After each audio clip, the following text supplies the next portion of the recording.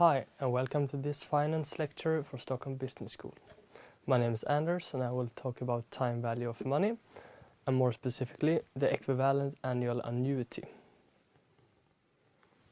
But first, some repetition.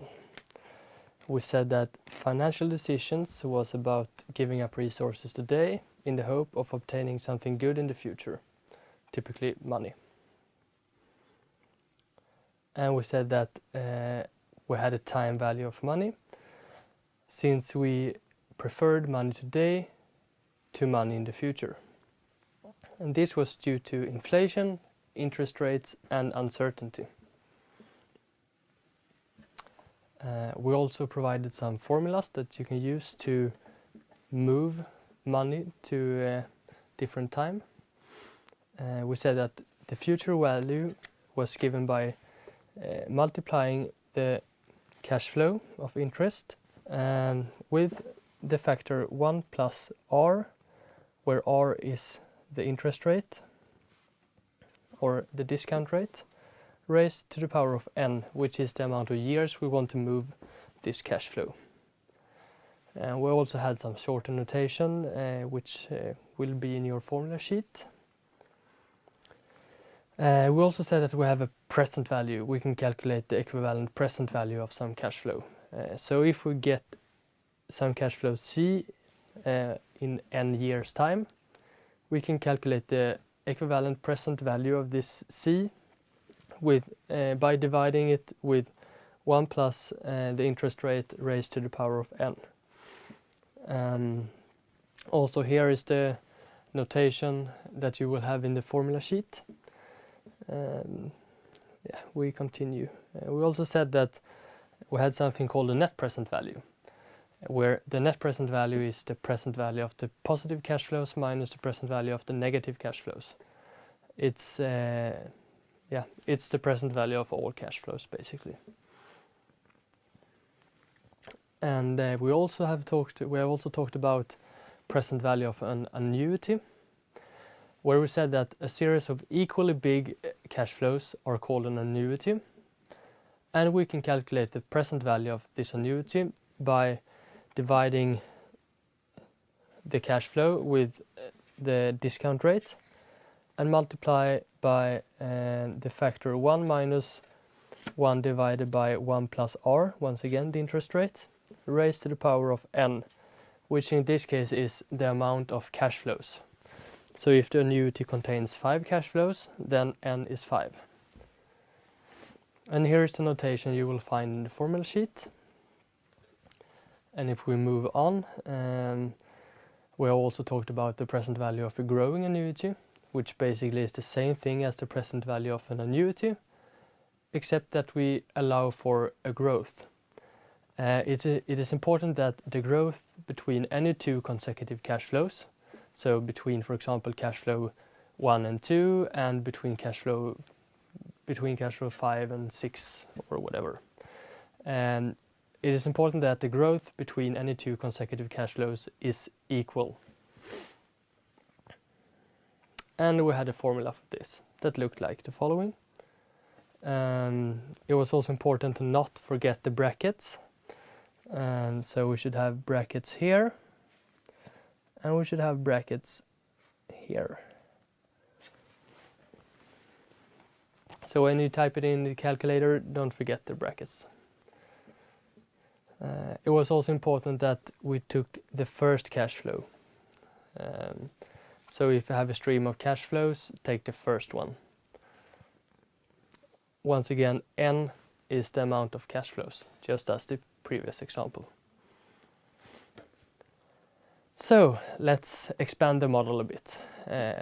So we can talk about the equivalent annual annuity, which is the annual annuity that is equivalent to some present value. And you know that a series of equally big cash flows are called an annuity, and we could see it like this. So here, for example, we have an annuity of 5 equally big cash flows of size 80. And we could, with the help of the present value formula, calculate the present value of these these cash flows or this annuity. And it basically looked like this. We said that we have the cash flow 80, we have 5 cash flows, and we have a cost of capital or a discount rate of 15%. So then we just plug it in the formula and we get the present value of 268.17, or I think I said 268 approximately. However, we can see it like this as well. So we know the present value.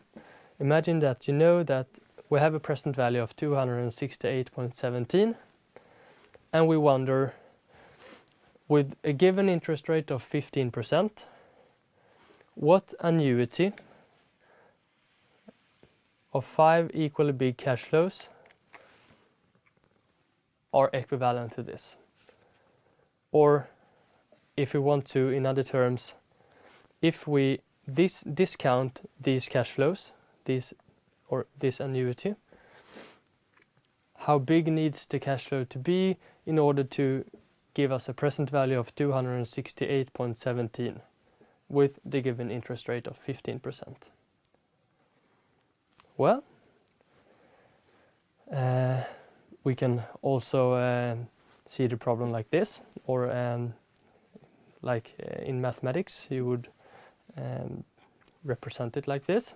So we have some cash flow that we don't know, x, which should have a present value. Remember that this is the present value formula.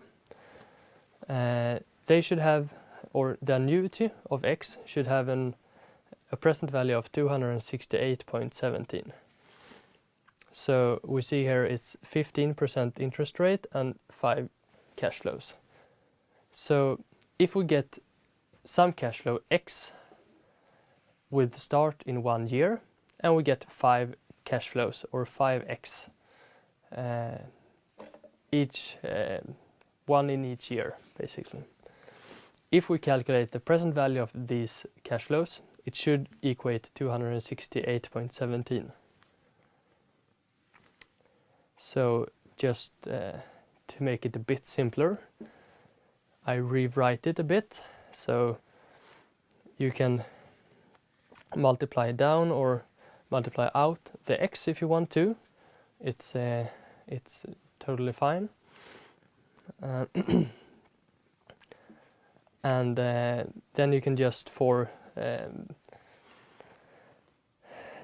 basically just because it looks simpler, I used the brackets, and I hope you will understand soon. So we were here, we had x times the present value of an annuity formula should be equal to 268.17. As you know, to get x by itself, we divide by the factor in front or after x. So in this case, the factor is this whole present value formula. So why don't divide by the present value formula? Because it will cancel out on the left hand side where you have the x, and you will get the following on the right hand side. Hence, x should be equal to the present value divided by the present value of an annuity formula. And if you calculate it, you will get 80. You might remember that 80 was the annuity or the cash flow we had in the annuity from the beginning. And perhaps not surprisingly, the equivalent annual annuity of 268.17, given 15% interest rate and given that we have 5 cash flows, is 80. Well, we have just done the reverse, so to speak. So before we took 80 and discounted it till today, and now we said that, okay, we don't know what size it is, or we don't know that it is 80, but we know that it should have the same present value. And if it should have the same present value with the same interest rate, it has to be the same cash flow. So this is how we calculate the equivalent annual annuity. And we can look at it like this. So instead of calculating the present value of all these cash flows, we do the reverse. We say, okay, we know the present value, it should be equal to this, but what cash flow in the annuity of 5 cash flows, given the interest rate of 15%, gives us this present value? Well, in this case, it's 80. And you can, of course, if you think it's a bit hard, you can always calculate the present value of the equivalent annual annuity. So you basically just do the same thing, or you do the reverse. So if we take the present value of 268, calculates the equivalent annual annuity, we will get 80. So then we know that the annuity should be with every cash flow equals to 80. We can of course now calculate the present value of this annuity as we did in the previous or the lecture before that, and we should get the same present value. We should get 268.17. If we don't get that, we have done something wrong, that's for sure. So that's perhaps a tip. You can always do that to make sure your calculations is correct. So let's take an example. So you wish to purchase a house for $500, $500,000 of course. Otherwise it would be a very cheap house. And have been offered a corresponding bank loan, hence of $500,000. It is a so-called annuity loan, where you are obliged to repay an equally big amount every year, an annuity, for the coming 10 years. The annuity should cover the loan as well as an annual interest rate of 4%. So this might sound very hard, but you can look at it like this. So we get 500,000 today. That's the loan. We borrow 500,000, and we promise to repay some value, we don't know yet, every year for the coming 10 years. So here is, of some reason, every second year has disappeared, but it should of course look like this.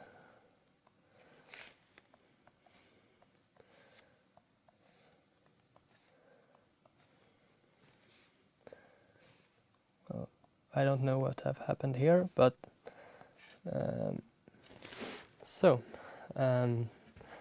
every year we start in 1 year.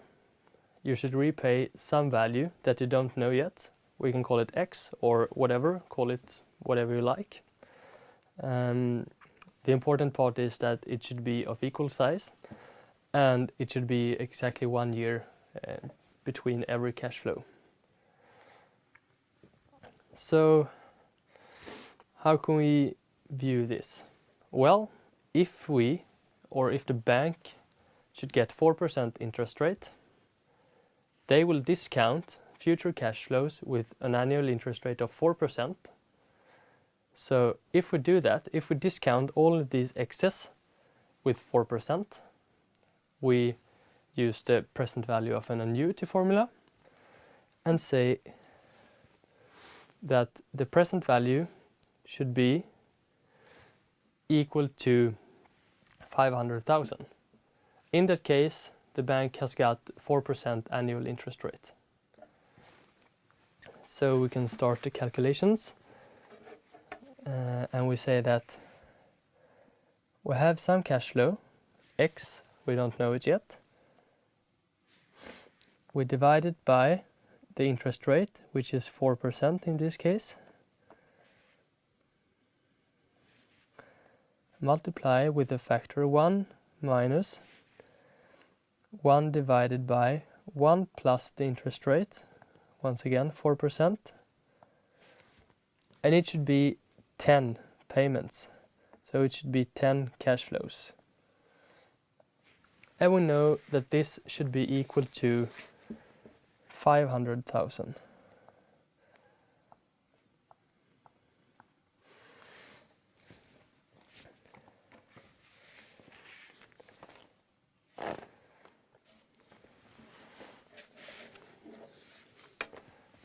So if we want to know X, we divide both sides and we get X equals to 500,000 divided by 1 divided by the interest rate times the factor 1 minus 1 divided by 1 plus the interest rate raised to the power of 10, since it was 10 payments.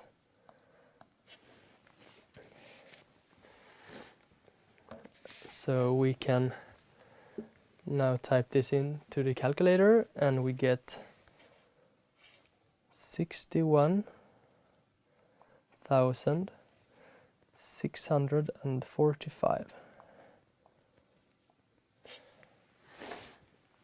So, if we take the loan of 500,000 and the bank wants to get 4% interest rate, we discount all the cash flows that we will pay with 4%. We know from before that we can use the present value of an annuity formula in order to do this. So we take X times the present value of an annuity, since it is an annuity. We should pay 10 equally big X's, so to speak. And to find X, we divide both sides and divide 500,000 by the present value of an annuity formula. Sorry. We will get that in this case X should be equal to 61,645. So what does that mean? Well, if we go to this slide here, the X's here is 61,645. So every X is 61,645. So I get 500,000 today, and I repay 61,645 every year in the coming 10 years. So this is an annuity loan. You repay the same amount every year. So perhaps we can move on to the final example.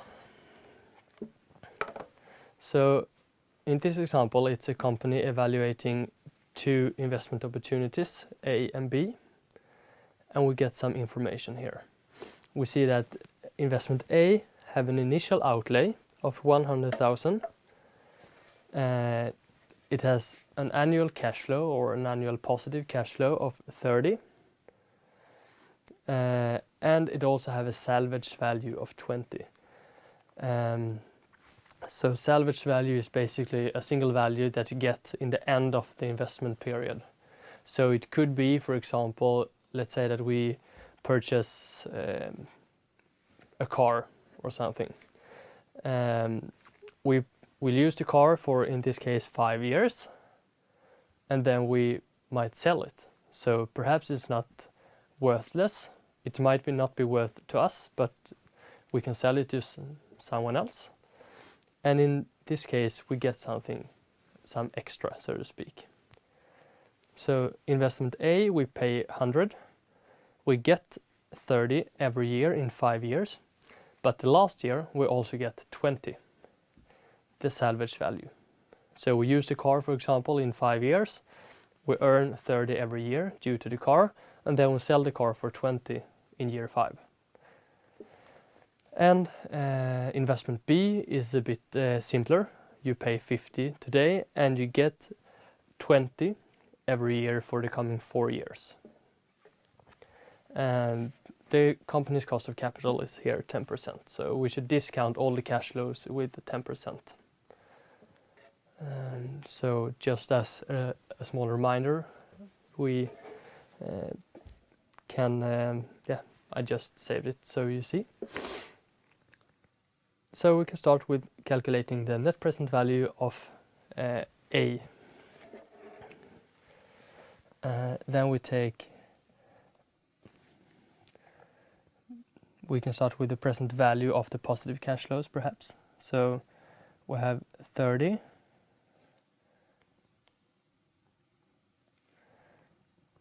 divided by the interest rate, which is 10%, times the factor 1 minus 1 divided by 1 plus the interest rate, 10%, raised to the power of 5, since it was 5 payments, plus the salvage value. And since the salvage value is one single cash flow, we use the formula for moving one single cash flow, and we take 20 divided by 1 plus the interest rate, 10%, raised to the power of 5, since it is 5 years until we get that salvage value.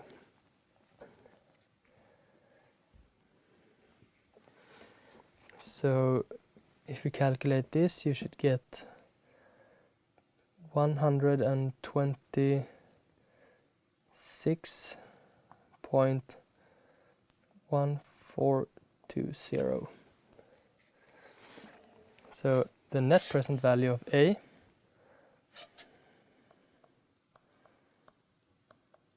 is 126.1420 minus 100, which is 26.1420. Now we can do the same thing with with investment B. It's a bit easier. It's just you take 20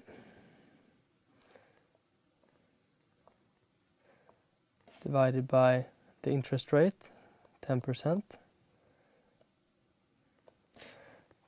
times 1 minus 1 divided by 1 plus the interest rate, raised to the power of 4, since it was, in this case, 4 payments. And if you calculate this, you will get 63 times 3973 and so on. And if we want to have the net present value, you just deduct the initial outlay. So 63.397 minus 50 is equal to 13.397. So now we know that the net present value of A is greater than the net present value of B. However, as you can see, it is unequal periods. So investment A is over 5 years and investment B is over 4 years. If we can remake the same investment when this one has ended, so if we can remake investment A after 5 years and we can remake investment B after 4 years, this is not enough to decide if which one is the best. this is because as you see, A is for 5 years and B is for 4 years, and if you can do them again, so to speak, we can do investment A 4 times and B 5 times, and then have an equal lifespan. And we are then interested in which one would give the highest net present value if they have the equal lifespan. So you can either do, if we do investment A 4 times and B 5 times, what is the net present value of these 20 years investments? Or you can use the equivalent annual annuity, as we just used. So we can say, okay, they have a net present value of 26 and 13 respectively, but what equivalent annual annuity does they have? So in order to calculate that, we use the net present we use the formula I showed you before. Basically, we divide the net present value with the equivalent annual, or with the present value of an annuity formula, in order to get the equivalent annual annuity. So if we do this, we, in the case A here, I write it up here, the equivalent annual annuity of A is equal to 26.1420 divided by 1 divided by the interest rate 10% times 1 minus 1 divided by 1 plus the interest rate raised to the power of 5, since this was a 5-year investment.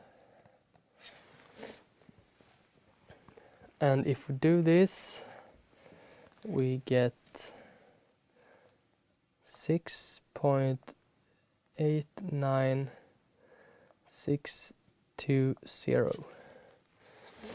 So making this investment is equally good as receiving 6.89 every year in 5 years' time.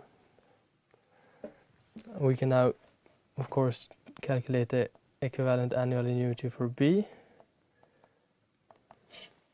which would be then 13.397 divided by 1 divided by the interest rate times 1 minus 1 divided by 1 plus the interest rate raised to the power of 4, since it is in this case 4 years. And we get 4.22645.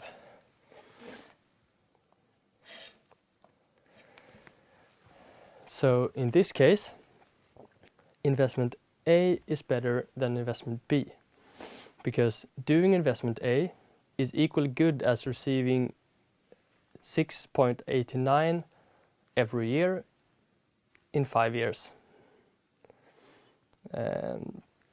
And investment B is equally good as receiving 4.22 or 4.23 every year.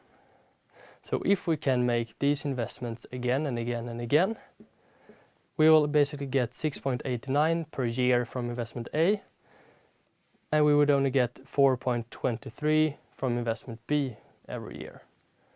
And since 6.89 is greater, we prefer investment A. It gives us an equivalent annual annuity that is higher. Yes, so now we summarize. So we say that the equivalent annual annuity of some present value is calculated as follows. We take the present value, we divide by the formula for present value of an annuity, which is 1 divided by R is interest rate, times 1 minus 1 divided by 1 plus R, once again, raised to the power of n, where n is the amount of payments or number of payments. And well, this was it for today, and I hope you learned something about equivalent annual annuities. Thank you very much.